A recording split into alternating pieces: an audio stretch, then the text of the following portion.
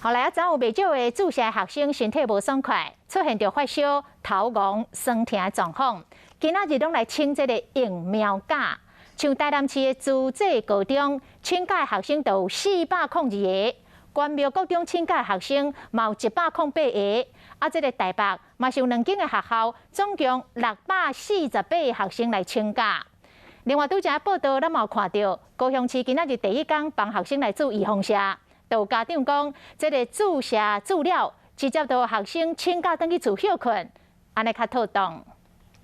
医护人员穿防护装备，加生做 BNT 的预防射。高雄注射头一天，不少学生是期待又搁惊受伤害。没有打也会害怕，打了也会害怕，比较不会感染。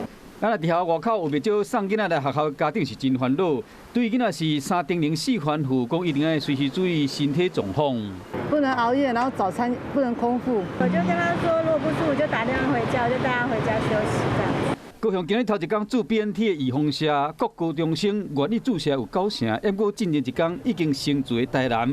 今日有不少学生有发烧、头壳会戆、身躯会酸痛的感觉，敢若自治高中都有402个人请假，关庙高中有108人，比例是4成，听起来有淡薄仔恐怖。不过实际问到请假的学生囡仔，其实就是小可会酸痛，啊，既然有疫苗假，就妄请。手到现在比一般疫苗还要酸更久、更痛而已，对啊，就只有想睡觉而已。